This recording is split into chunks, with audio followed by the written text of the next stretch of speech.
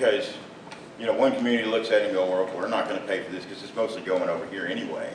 So the first thing, if you really want to take the long view here, you need to come up with a master plan, and you need to take this system apart and kind of bring it under, you know, a one committee, one whatever.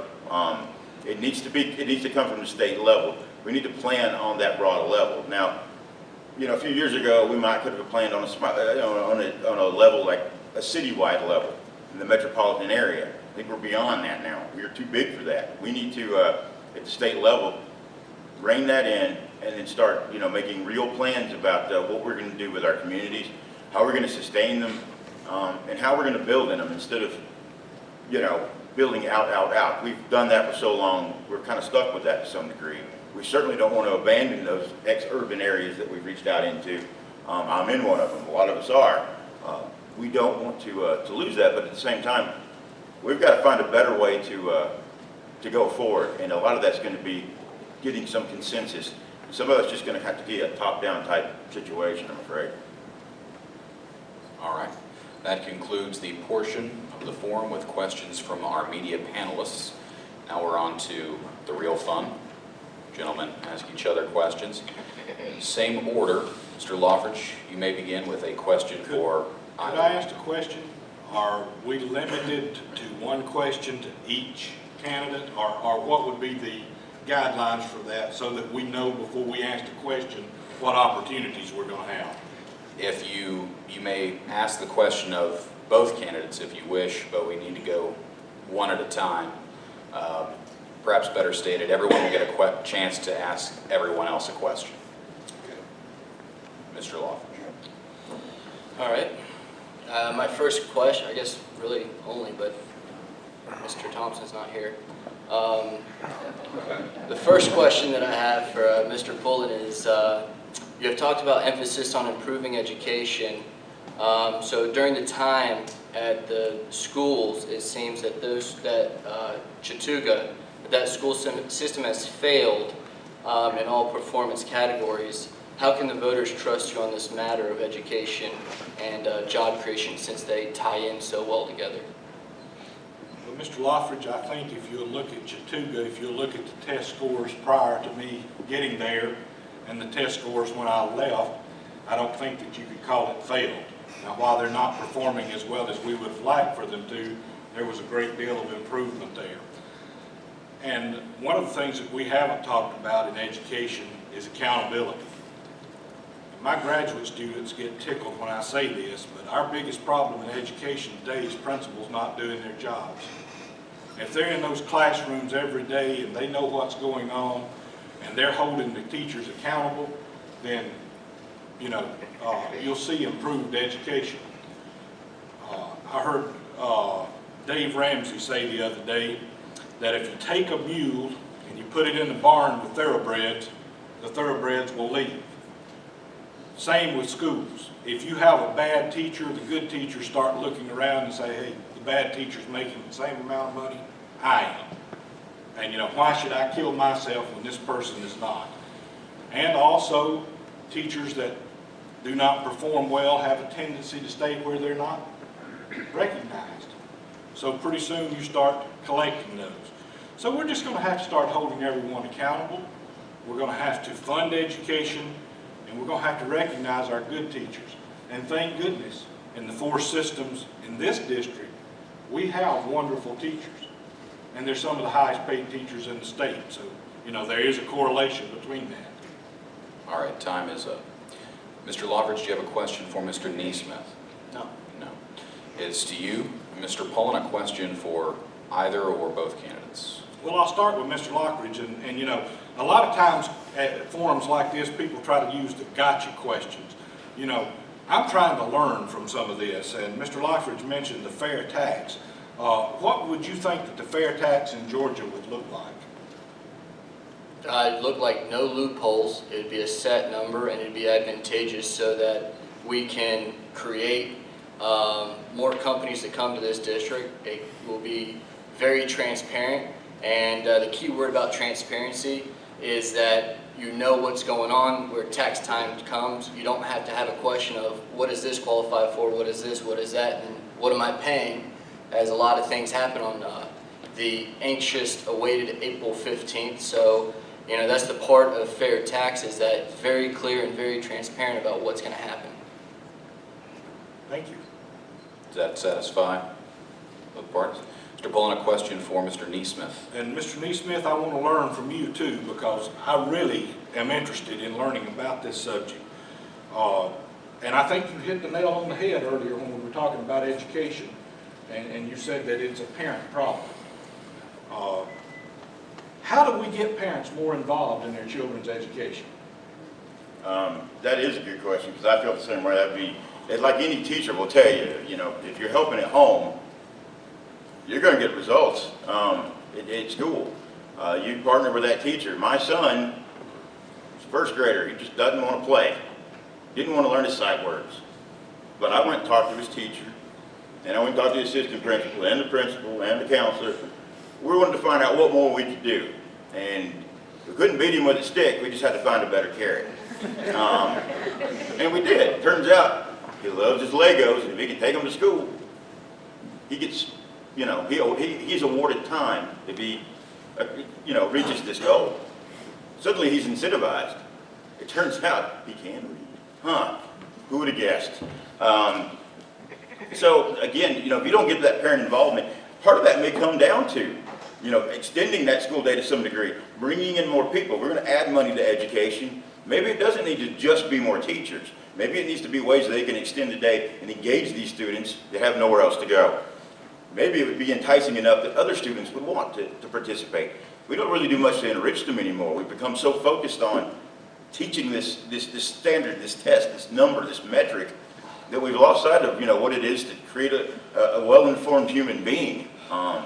So especially when our kids, the 38% that are living in single-parent homes, this could be a valuable thing for them, and it could be for the other kids too.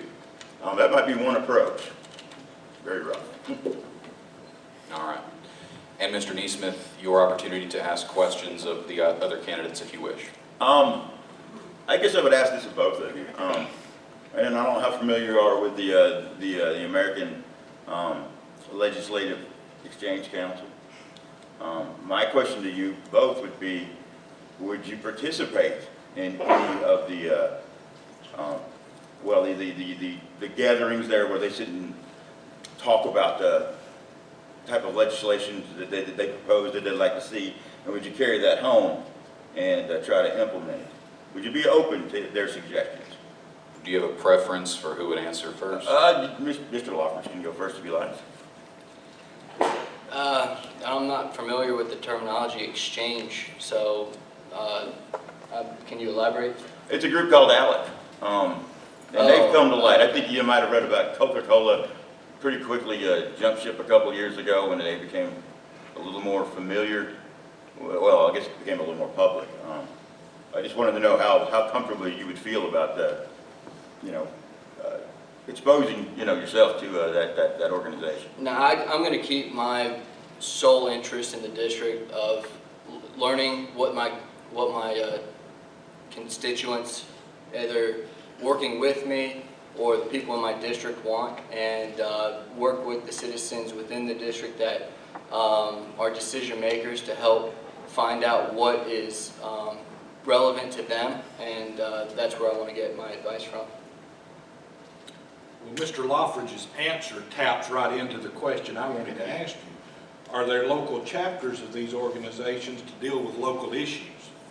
No, they work at more or less the national level, from what I understand. Now they do, of course, have influence in this state and a lot of other states, and especially at the federal level, especially among the more conservative senators and congressmen up in Washington. But they have also some influence here too at the local level, and I would say that this is what they do is create legislation.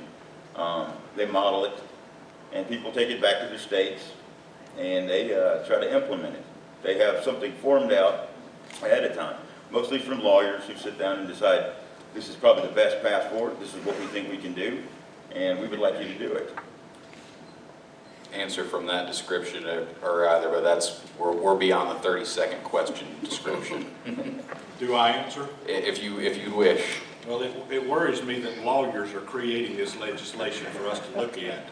But I would be like Mr. Loffridge. I'd like to spend my time in the district because we have so many elected officials in our area that we need to be working with that I'm not sure it would be as advantageous to be spending time working with this group out of state when we need to be working with our people at home. All right, thank you. That portion of the forum also closed. We move now to closing statements. And we'll go same order as beginning. Mr. Loffridge, you will begin. Well, again, I really want to thank everybody for coming out here. It is a long time here, but I really appreciate the participation here. Abraham Lincoln once said that I may not walk fast, but I don't walk backwards. Well, that's what I plan to do. I've lived my life that way. I keep going forward, and I know where to go for the right answers as well. You know, I may not be the loudest in the room or the group, or get all that excited, but I can tell you that I have a huge passion for this. I know I can thrive and make this district thrive and become the best that it can be. And I feel like I am the leader of this district to be able to do that for them. The next few weeks are going to be very important for everyone to listen and hear and participate. This is a special election, so we need people to come out and vote and be aware of this. So, as what I hope to be your next senator, my name is Matt Loffridge, and I look for your support. Thank you. Mr. Poland, your closing statement. Well, I too would like to thank everyone for coming out tonight. And I want to especially thank all the people that worked hard to make this event happen. I know that it just didn't miraculously appear this evening. I want to thank my worthy opponents. I wish the others had been here. You know, I'm just a simple man. I'm a husband, a father, a grandfather, and an educator. I want to utilize education, economic development, and community involvement to provide a better future for our children and grandchildren. If you will join with me, we will work hard and make it happen. Please vote for Dwight Pullen. And Mr. Neesmith, your closing statement.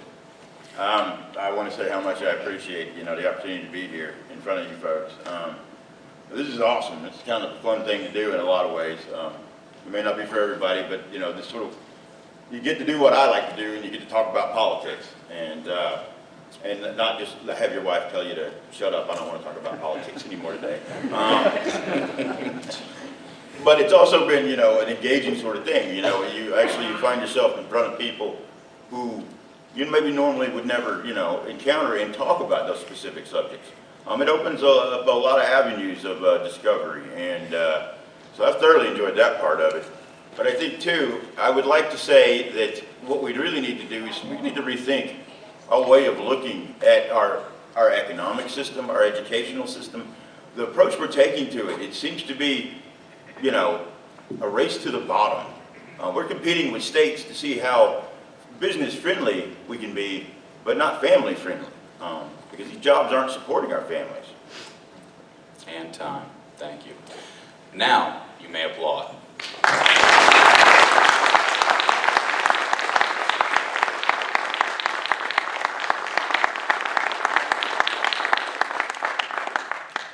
We'd like to again thank our media panelists for being here. Mike Garcia with WBHF, Jessica Loading with the Daily Tribune, and Rebecca Johnston as well with the Cherokee Tribune. And again, our candidates, Matt Loffridge, Dwight Pullen, and also Mr. Neesmith. Thank you all for being here, and best of luck to all of you at the election.